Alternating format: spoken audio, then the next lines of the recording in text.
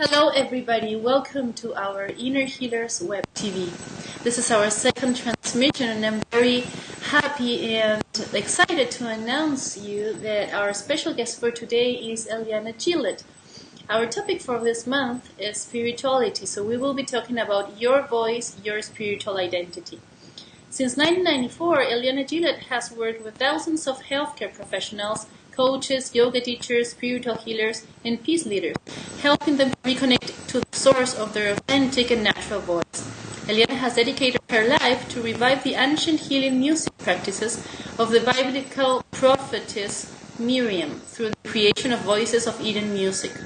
The music was medically researched for 3 years at Mayo Hospital neonatal ward and found to lower blood pressure, heart rate, increase focus, and quality of sleep amongst the neonates, their parents, and the medical staff.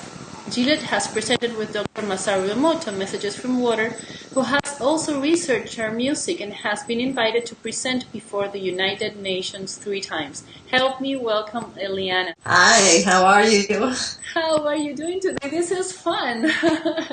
I know, yeah, it's great. So tell us a little bit about your work. How come you decided to work with ancient healing music?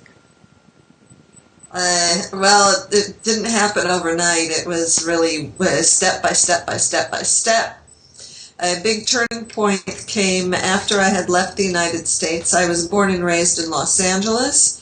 I left for the United States for France some 20 years ago, and amongst other things in France I worked for CBS television, and during the Winter Olympic Games I broadcast the voiceovers to the 60 million viewers in the United States, and I sat next to the gentleman who read the wire services. Now this was before the days of internet. This was before the days of of Skype and Facebook, and he would say every day, "Oh my God, listen, you won't believe what happened." And after a while, I got up enough courage and I said, well, actually, I may work for CBS, but I threw away my own television set, several years ago. This is already, this was 1992 I'm talking about. I threw away my television in, 1990, I think, 1989. And he goes, "What are you, like from the moon? What are you, nuts? How do you know? You don't know what's on here. Tell me." I said, "Well, yeah, I do. It's the same story, only the names change. War, rape, pillage, murder, and good news is a ceasefire." He said, "You're nuts. Let's look." I said, "Okay."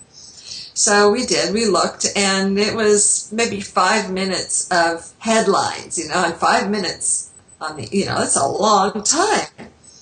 And it was just that. And he said, "I swear I'm going to find you your good news story." And of course he never did. And during those Winter Olympic Games, I prayed to use my voice for a higher purpose. And today, Voices of Eden is the response of that. That's very interesting. And can you tell us who is prophetess Miriam? Miriam was the sister of Moses. And she was a prophetess. And she was very, very powerful. She knew the alchemical secrets of the conscious use of voice and rhythm as a natural healer. It was she that's written in the Bible, in the Old Testament, who led the Israelites in refrain musically after they crossed safely in the Red Sea that parted. And today we tend to think about that, oh yeah, song and dance, as we see song and dance today. But it was very, very different in those times. There was a time thousands of years ago where the use of voice, rhythm, and music was only for spiritual and healing purposes. And she was a very, very important figure and held secrets. Today I am in the midst of editing my forthcoming book, Miriam's Secret, Discovering Your Inner Well of Wisdom, which will be published in 2012. And I'm very, very proud of this book, as it's reviving and revealing these ancient secrets back again that have been safely kept for these thousands of years and now safely being revealed for all of our good, for our common well-being. And it's a real pleasure and with real gratitude that I can share it. That's amazing. What's your definition of spirituality?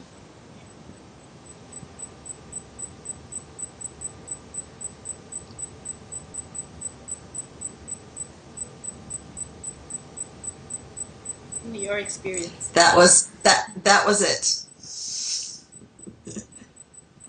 I like that. And how does our voice connect with our spirituality, our inner spirituality? Our voice is the physical expression of our essence.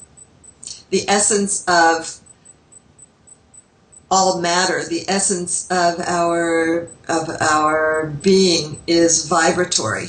The essence of all matter, of the atom, is vibratory. It's sound. It's that yin and yang. And in every endeavor of our human existence, we see this. From religion, in all religions of the world, we see this notion of sound being part of creation. We see it in monotheistic religions in the Old Testament in Genesis, in the first chapter, Vayomar v'yehi or, and God said, let there be light. The Yomar, which is said, it's much more than the English translation, which is cognitive and intellectual. In Hebrew, there is a vibratory rate that defies translation. It defies explanation. It's experiential. In Vedic traditions, the Om, Nada Brahma, which is also connected in the Far East as well. The Tibetans and the Chinese have in their ancient traditions very, very conscious connection with the essence of sound being the essence of creation. And it's something that doesn't have to do with any belief system. It's nature. It's science. It's quantum physics. We have it in quantum physics. We have it in medicine. Ultrasound. It's sound. It's our voice. Only we see the computer. Yet it's vibration. How does the ultrasound work? It's the vibratory rate that's going through the computer that will go into, here my hand is coming up, that will go into the tissue and measure the vibratory rate. And then it boomerangs back into the equipment, takes a picture, and then we see the sound. And that is a perfect reflection of what's written in the Old Testament. Vayomar v'yehi or, and God said, let there be light. It also means, you could translate that Hebrew to, and from the word was the matter. And ultrasound is a very, very good example of that. From the sound we see picture. Every pregnant woman goes to the hospital today and has an ultrasound and she sees her baby, being created. It's amazing. Mm-hmm. It's sound. Yeah. So how can we recognize our own voice from all the influence that we get from around us, the people, the situations? By connecting to the essence of the sound. That's beyond cognitive. The chaos and the noise around us is from our minds. That's cognitive. That's ego level. It's a shallower level. And I don't mean shallow in a judgment level. I just mean from the sense of that the essence of creation is sound. It's vibratory. Words are cognitive. think about a baby who's born. A baby doesn't speak until 2 years or so, a year and a half, 2 years. Because there needs to be cognitive and intellectual development in order for the brain to cognitize words. But prior to that, there's just sound. And in the uterus, in utero, the fetus hears at 16 weeks. Our ears are developed at 16 weeks in utero. I don't know whether I answered your question. Could you repeat it? No, it's okay, you did. You were saying that in the beginning, music had healing properties. Can you explain us more about healing music? Healing, yes. Healing music is music that